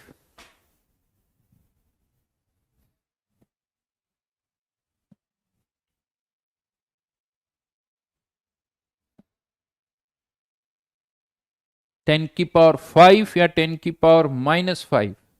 Answer is 10⁵। 10⁵, क्योंकि अभी भी ratio this divided by this he ले रहे हो। ए से बी बने, बी से ए बने, उससे मतलब नहीं, रेशियो क्या ले रहे हो? दिस डिवाइडेड बाय दिस, यानी 10⁵। अभी भी कुछ लोगों ने 10⁻⁵ लिख दिया, अभी भी कुछ लोगों ने 10⁻⁵ लिखा है, क्योंकि मैं रेशियो अभी भी वही लिख रहा हूं। और ऐसे करके लिखोगे तब भी आंसर यही आएगा, ऐसे करके लिखोगे तब भी आएगा। हाँ, यहां पर आप रेशियो PCl5 अपॉन ये ले रहे हो, यहां रेशियो क्या लोगे? PCl5 upon 0.1 into 0.1। यहां रेशियो PCl3 अपॉन PCl5, यहां PCl5 अपॉन PCl3। दोनों एक्सप्रेशन सेम है, दोनों एक्सप्रेशन सेम है, देख लेना। यहां से सॉल्व करो, x इक्वल्स टू 10⁻⁷। और इससे फायदा क्या मिला? फायदा क्या मिला आपको? इस PCl5 की कंसंट्रेशन भी आ गई। और इतना सही करना पड़ा, इतना सही करना पड़ा, इतना सही करना पड़ा। x इक्वल्स टू 10⁻⁵, यानी PCl5 की कंसंट्रेशन 0 नहीं आई। PCl5 की कंसंट्रेशन कितनी आई? 10⁻⁵, सॉरी 10⁻⁷, यानी ये 0 नहीं है, 10⁻⁷ है। यानी यहां से इसकी भी वैल्यू निकल के आ रही है, ये 0.1, ये 0.1 और ये 10⁻⁷। और चेक कर लो क्या आपका आंसर सही है। तो इक्विलिब्रियम पर अब PCl3 की कंसंट्रेशन 0.1, Cl2 की 0.1, PCl5 की 10⁻⁷, रेशो निकालो, 10⁵ ही आ रहा है, 10⁵ ही आ रहा है। एक्स नेग्लेक्ट क्यों करेंगे? अरे यार, एक्स नेग्लेक्ट इसलिए करेंगे, यहां से देखो तो के सी अपॉन कंसेंट्रेशन देख लो, ये के ये सी 10⁻⁻4 कर सकते हैं। उसी चीज को ऐसे पुट कर रहा हूं, इसकी फॉरवर्ड में जाने की टेंडेंसी बहुत ज्यादा है, मतलब बैकवर्ड में आने की टेंडेंसी बहुत कम है, पीछे आने की बहुत कम है। मतलब इसमें से PCl5 बहुत कम बनेगा, इसीलिए इस x को नेग्लेक्ट कर दिया। और चेक करके भी देख लो, x की वैल्यू कितनी आई? 10⁻⁷। ये वैल्यू कितनी? 10⁻1। क्या नेग्लेक्ट कर सकता हूं? कर सकता हूं। एक सिंपल सा क्वेश्चन और देता हूं, a कन्वर्टिंग इनटू 2b, थोड़ी कैलकुलेशन हो सकती है, ध्यान रखना।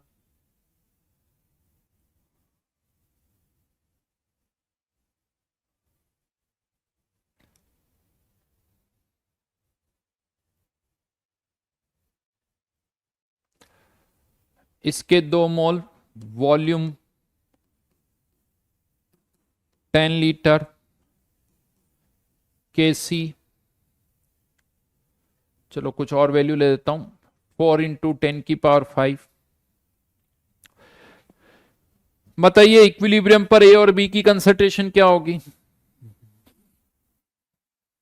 बताइए इक्विलिब्रियम पर ए और बी की कंसंट्रेशन क्या होगी? कोई गलती मत करना, ध्यान रखना। बी का स्टोइकियोमेट्रिक कोएफिशिएंट 2 है तो उसका स्क्वायर होगा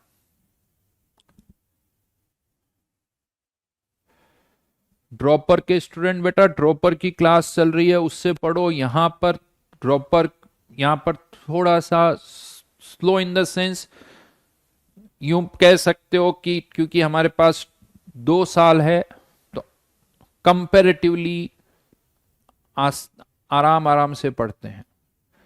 टाइम दिया जाता है क्वेश्चन को, हर क्वेश्चन को सॉल्व करने का टाइम मिलता है। ड्रॉपर में थोड़ा स्पीड अप किया जाता है, तो इसीलिए आप ड्रॉपर से पढ़ो, क्योंकि आपके पास इतना टाइम नहीं है। जिसने भी पूछा मैं उनके लिए बता रहा हूं। 2 मोल्स है बेटा, मोल्स।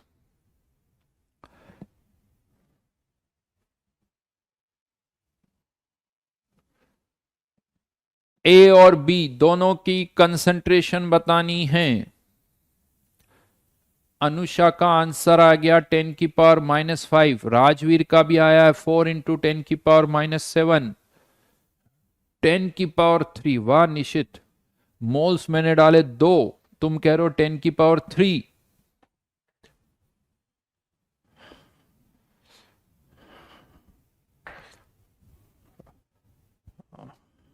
मोहम्मद बेटा तुम यहां क्या सीखने आए वो सीखो बस,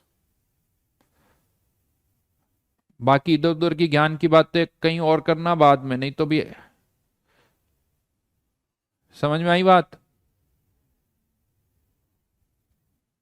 ए और बी दोनों की, ए की बता दो, ए की कंसंट्रेशन क्या होगी? What is the concentration of A? B की तो बहुत आसान है।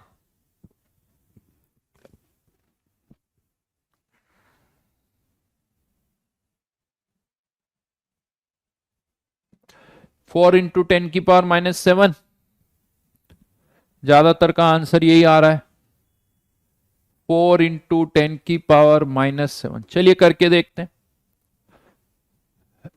सिंस कंसंट्रेशन निकालनी तो पहले 0.2 लिख दिया मैंने।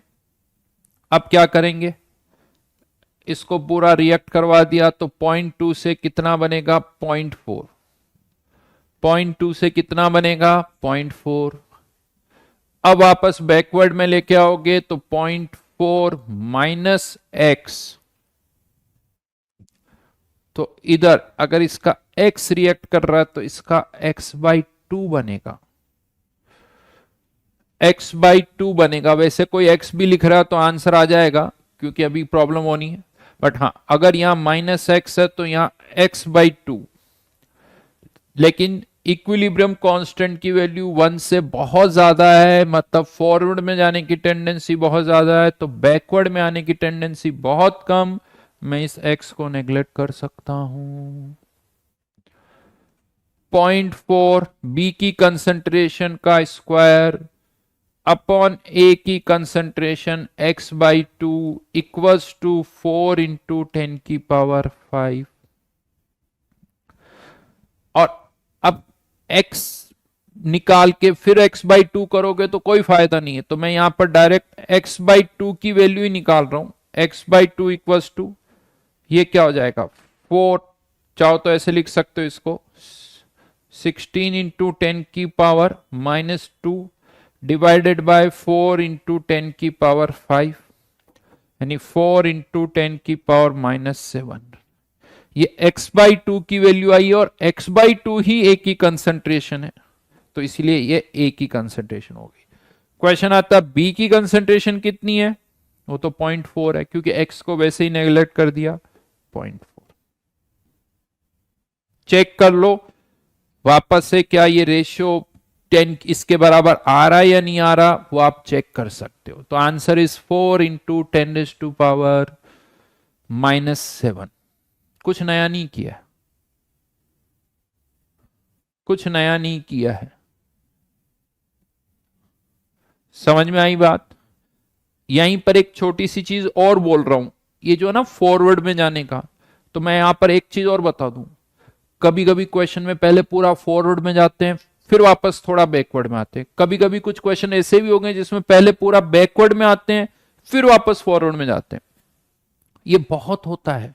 यहां पर एक लाइन बता रहा हूं, उसको ढंग से सुनना। इसी चीज को ऐसे सुनोगे, ऐसे यूज करोगे तो ज्यादा आसान होगा, कम कंफ्यूजन होगा। कभी भी ये जो -x करते हैं ना, जैसे यहां पर मैंने -x किस में से किया, बी की कंसंट्रेशन में से। हमेशा ध्यान रखना -x किस में से करना है, जिसकी रिएक्ट करने की टेंडेंसी कम हो उसमें से -x करो। जिसकी रिएक्ट करने की टेंडेंसी ज्यादा हो उसमें से कभी -x मत करो। क्यों? पहले तो ये बताओ, यहां पर किसकी रिएक्ट करने की टेंडेंसी बहुत ज्यादा है, ए की या बी की? कैसे पता चलेगा किसकी रिएक्ट करने की टेंडेंसी बहुत ज्यादा है? अगर इस रिएक्शन का इक्विलिब्रियम कांस्टेंट 10 की पावर 5 है, मतलब ये रिएक्शन अच्छी खासी फॉरवर्ड में जाएगी, मतलब ए की रिएक्ट करने की टेंडेंसी बहुत ज्यादा है, ए की बी में जाने की टेंडेंसी बहुत ज्यादा है। और अगर ए की रिएक्ट करने की टेंडेंसी बहुत ज्यादा है, इसका मतलब बी की रिएक्ट करने की टेंडेंसी कम है। तो यहां पर ए की रिएक्ट करने की टेंडेंसी बहुत ज्यादा है, तो कभी भी इसमें से -x नहीं करना है। जिसकी रिएक्ट करने की टेंडेंसी बहुत ज्यादा हो उसको पहले पूरा रिएक्ट करवा दो। फिर माइनस एक्स किस में से करोगे, जिसकी रिएक्ट करने की टेंडेंसी कम होगी। जिसकी रिएक्ट करने की टेंडेंसी कम हो उसमें से -x करो, जिसकी रिएक्ट करने की टेंडेंसी ज्यादा हो उसमें से कभी -x मत करो। ये याद रखना लाइन। जिसकी रिएक्ट करने की टेंडेंसी बहुत ज्यादा और उसके मोल्स दे रखे हैं आपको किसी क्वेश्चन में, जिसकी रिएक्ट करने की टेंडेंसी बहुत ज्यादा और उसके मोल्स दे रखे, तो पहले उसको पूरा रिएक्ट करवा दो। पहले उसको पूरा रिएक्ट करवा दो। फिर केवल कंटेनर में वही रहेगा जिसकी रिएक्ट करने की टेंडेंसी कम है, क्योंकि जिसकी रिएक्ट करने की टेंडेंसी ज्यादा ना वो तो रिएक्ट कर जाएगा, वो बचेगा ही नहीं, वो बचेगा ही नहीं। तो फिर पहले उसको पूरा रिएक्ट करवा दो, फिर उसमें से -x करो जिसकी रिएक्ट करने की टेंडेंसी कम। समझ में आई ये लाइन? 4 बार बोल दिए, ध्यान रखना। अभी और क्वेश्चन दूंगा, क्योंकि अब क्या होगा, अब आपको कंफ्यूजन होगा, सर कभी आगे कभी पीछे, ऐसे ही चलता रहेगा, आगे पीछे हो सकता है, हर क्वेश्चन में ऐसा हो सकता है। किसी में पहले पूरा फॉरवर्ड में जा रहे हो, किसी में पहले पूरा बैकवर्ड में जा रहे हो। और ये चीज समझ लो, अगर ये चीज मेरी समझ में आ गई ना, तो एक आयनिक इक्विलिब्रियम चैप्टर, उसमें कहीं कंफ्यूजन नहीं होगा। ये जो मैं बात बता रहा हूं, बहुतों को ये बात समझ में नहीं आती, इसीलिए आयनिक इक्विलिब्रियम समझ में नहीं आता है। आयनिक इक्विलिब्रियम में इस तरह के बहुत सारे क्वेश्चन है, इसीलिए वो आयनिक इक्विलिब्रियम बहुतों को, अगर आप पूछोगे ना किसी सीनियर से, यार टफेस्ट चैप्टर कौन सा लगता है, तो उसमें से एक नाम आता है, सर आयनिक नहीं आता। और वो आयनिक सब समझ में आएगा, और एक दो बातें और है, लेकिन ये पॉइंट बहुतों को कंफ्यूज करता है। एक और क्वेश्चन दे रहा हूं, एक और क्वेश्चन दे रहा हूं।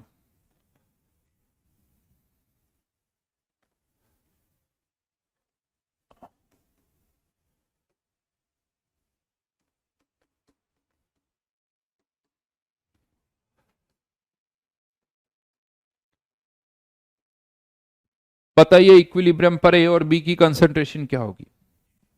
बताइए इक्विलिब्रियम पर ए और बी की कंसंट्रेशन क्या होगी?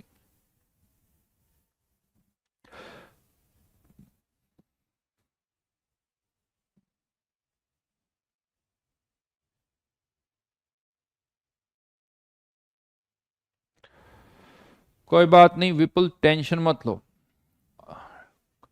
कुछ कुछ पॉइंट्स अगर ढंग से पढ़ लो तो आयनिक सबसे इंटरेस्टिंग हो जाएगा, और वो मैं बताऊंगा तुम्हें। अगर ढंग से 2-3 पॉइंट्स समझ में आ गए ना, तो लगेगा सर इससे इंटरेस्टिंग तो कुछ है ही नहीं, सर इससे आसान कुछ नहीं है। और वो 2-3 बातें कोई बड़ी नहीं है, वो इसलिए कि वो हमें गलत पता होती है। वो गलत पता होती इसीलिए प्रॉब्लम होती है। वो सही पता चल जाए ना, जैसे यही इक्विलिब्रियम कांस्टेंट की वैल्यू 10 होगी या 1/10। अब इस इस एक गलती के कारण बहुत सारे क्वेश्चन गलत हो जाते हैं। अगर एक जगह आपने सही किया, बहुत सारे क्वेश्चन सही हो जाएंगे। तो ये भी बहुतों को नहीं समझ में आता। ये जो क्वेश्चन मैं आपको करवा रहा हूं ना अभी, ये बहुतों को नहीं समझ में आते हैं। क्यों? क्योंकि उन्हें फॉरवर्ड बैकवर्ड जाना ही नहीं आता। फॉरवर्ड कब जाए, बैकवर्ड कब आए, उनको समझ में ही नहीं आता यार।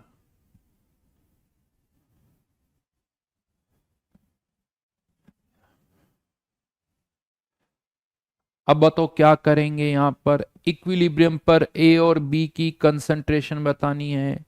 दो इक्विलिब्रियम कांस्टेंट बहुत कम है, लेकिन अब यहां पर कंटेनर में ए की नहीं बी के 2 मोल्स दे रखे हैं। ए के नहीं बी के 2 मोल्स दे रखे हैं।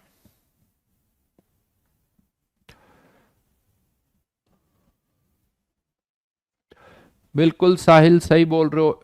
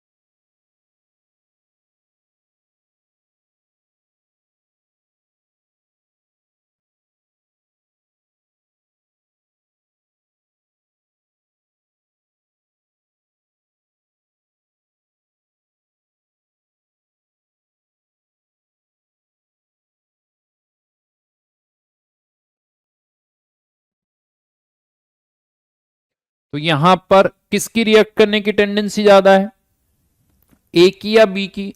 तो इक्विलिब्रियम कांस्टेंट बहुत कम है, मतलब रिएक्शन की फॉरवर्ड में जाने की टेंडेंसी बहुत कम है। मतलब ए की रिएक्ट करने की टेंडेंसी बहुत कम है, मतलब बी की रिएक्ट करने की टेंडेंसी बहुत ज्यादा है।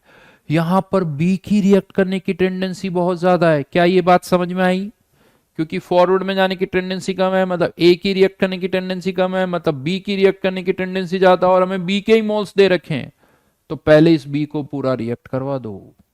पहले इस बी को पूरा रिएक्ट करवा दो। 0 2 मोल्स ये। अब क्वेश्चन को फिर से बदल दो। आप ये सोचो, आपने कंटेनर में बी के नहीं, कंटेनर में ए के मोल्स डाले हैं। कितने? 1।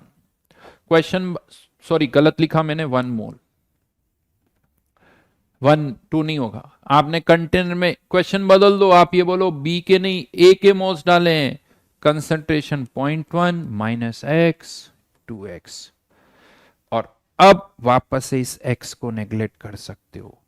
b की कंसंट्रेशन 2x का स्क्वायर, a की concentration 0.1, equilibrium constant b upon A लिख रहे हो, b अपॉन ए, इसीलिए 10⁻⁻5। a की कंसंट्रेशन तो वैसे ही पता चल गई, b की कंसंट्रेशन निकालनी है 10⁻⁻6। तो 2x की वैल्यू 10⁻⁻3, और यही किसकी कंसंट्रेशन है? बी की कंसंट्रेशन।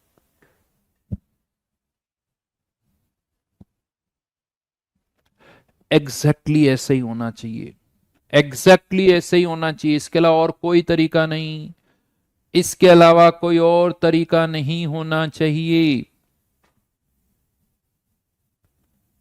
और ये क्यों आंसर आ रहा है 5 × 10⁻⁻4? ये क्यों आ रहा है भाई?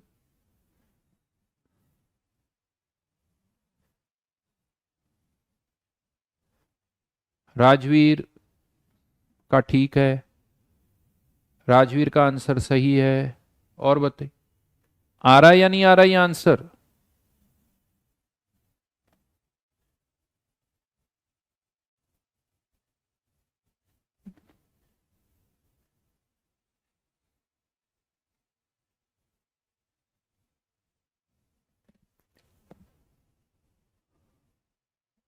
ये क्या लिख दिया पॉइंट? सही, आंसर बिल्कुल सही है।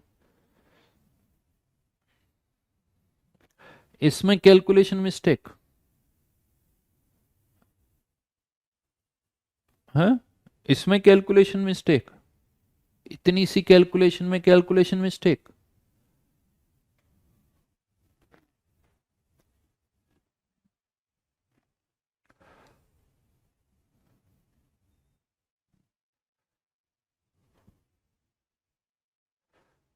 एक और क्वेश्चन देता हूं, ढंग से करना, हर एक चीज बहुत ढंग से देखना, हर एक ढंग से देखना।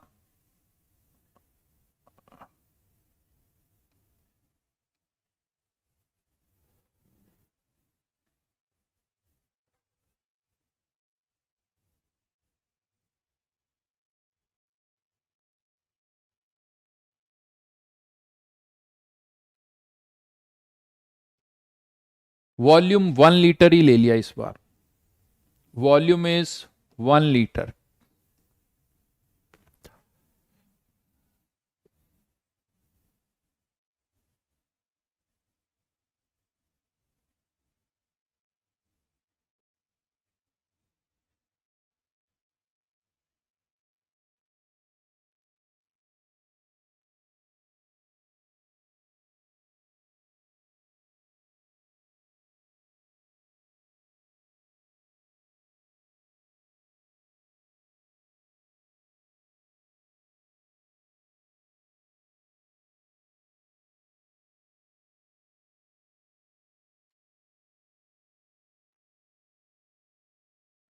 ऑलरेडी सुन लो, इसका भी 1 मोल, इसके 3 मोल, इसके 1 मोल दे रखा है कंटेनर में। मैं ए भी डाल दिया, बी भी डाल दिया, सी भी डाल दिया, तीनों ही डाल दिए हमने। वॉल्यूम 1 लीटर है तो यही कंसंट्रेशन हो जाएगी। ए की कंसंट्रेशन का आंसर बता दो जल्दी से, ए की कंसंट्रेशन का आंसर बता दो। ए की कंसंट्रेशन का आंसर बताओ क्या होगा।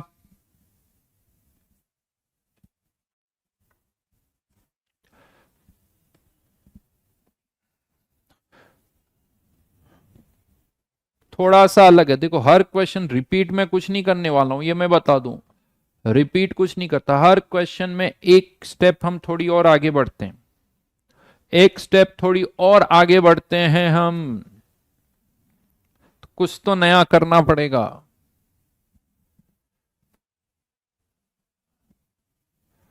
कुछ तो दिमाग तुम्हें चलाना पड़ेगा। अरे 1 2 मोल डाल रहे तो आंसर 10⁻³ 10⁻6 कैसे आ सकता है। फिर से वही स्टेटमेंट यूज करो मेरा, जिसकी रिएक्ट करने की टेंडेंसी बहुत ज्यादा है उसको पूरा रिएक्ट करवा दो, जिसकी रिएक्ट करने की टेंडेंसी बहुत ज्यादा है उसको पहले पूरा रिएक्ट करवा दो। किसकी रिएक्ट करने की टेंडेंसी बहुत ज्यादा है, ए और बी की, क्योंकि इक्विलिब्रियम कांस्टेंट 10⁻6, तो ए और बी की रिएक्ट करने की टेंडेंसी बहुत ज्यादा है, उनको पहले पूरा रिएक्ट करवा दो। हाँ यहां पर अब इसका 1 तो इसके 1 के साथ तो इसके 2 ही रिएक्ट करेंगे, तो इसका 0, इसके 1 मोल बच जाएंगे, और 1 से 1 तो इसका 2।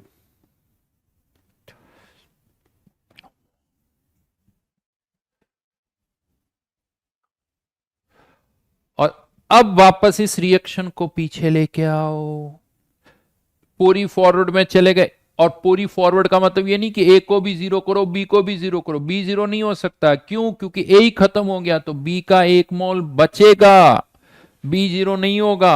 लेकिन अब जब ये रिएक्शन पीछे की तरफ आएगी, 2 - x 1 प्लस, हाँ यहां ऑलरेडी 1 है तो इसमें से x रिएक्ट करेगा तो ये 1 + 2x, और ये क्या हो जाएगा x, ये क्या हो जाएगा x। लेकिन अब इस रिएक्शन की बैकवर्ड में आने की टेंडेंसी बहुत कम है, तो 2 के रेस्पेक्ट में x को नेग्लेक्ट कर सकता हूं, और 2 के रेस्पेक्ट में यहां पर जब x नेग्लेक्ट हो रहा है तो 1 के रेस्पेक्ट में भी नेग्लेक्ट हो जाएगा, वो 1 के रेस्पेक्ट में भी नेग्लेक्ट हो जाएगा, यानी x यहां पर भी और यहां पर भी। याद करो कहां नेग्लेक्ट करोगे, जहां वो ऐड या सब्ट्रैक्ट हो रहा है, यहां नहीं करोगे, या कहीं ऐड या सब्ट्रैक्ट नहीं हो रहा है, तो कह सकते हो बी का तो आंसर आ गया 1, सी का आंसर आ गया 2। अब केवल किसके लिए सॉल्व करना है? ए के लिए। सी की कंसेंट्रेशन की पावर 1, ए की कंसेंट्रेशन x, बी की कंसेंट्रेशन 1। वैसे इसका स्क्वायर होगा, ध्यान रखना। खैर अभी 1 है इसीलिए कोई प्रॉब्लम नहीं है। सी की कंसेंट्रेशन अपॉन ए की और बी की कंसेंट्रेशन का स्क्वायर 10 की पावर 6, यानी x इक्वल्स टू 2 इंटू 10 की पावर -6। ए की कंसेंट्रेशन इतनी, बी की 1, सी की 2। चलिए आज के लिए यहीं तक। लास्ट क्लास में होमवर्क कहां तक कर लिया था हमने? अच्छा 15 और 10 तक किया था ना। तो चलिए अब ज्यादा लग नहीं रहा है।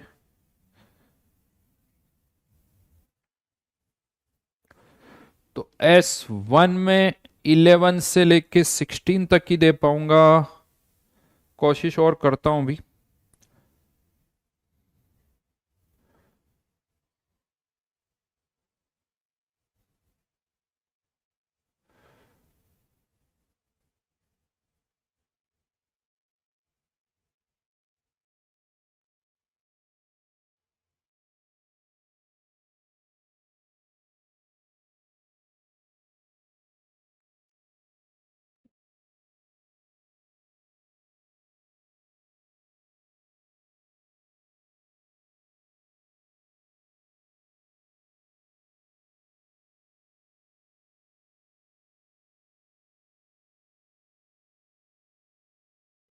बहुत सिंपल सिंपल से क्वेश्चंस हैं ये। 15 तक किए ना, तो 16 से लेके 30 तक, बट बहुत आसान है। थोड़ा और ज्यादा एक काम करो, रुको पहले।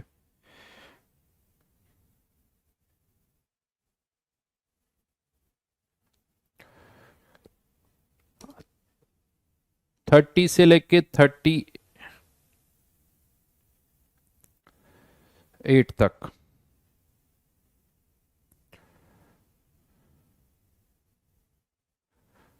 और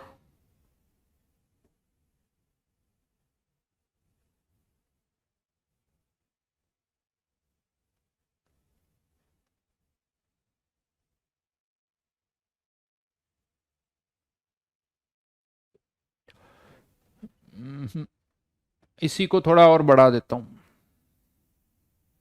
कर लो यार, फिर सारे ही कर लो, बस यही है।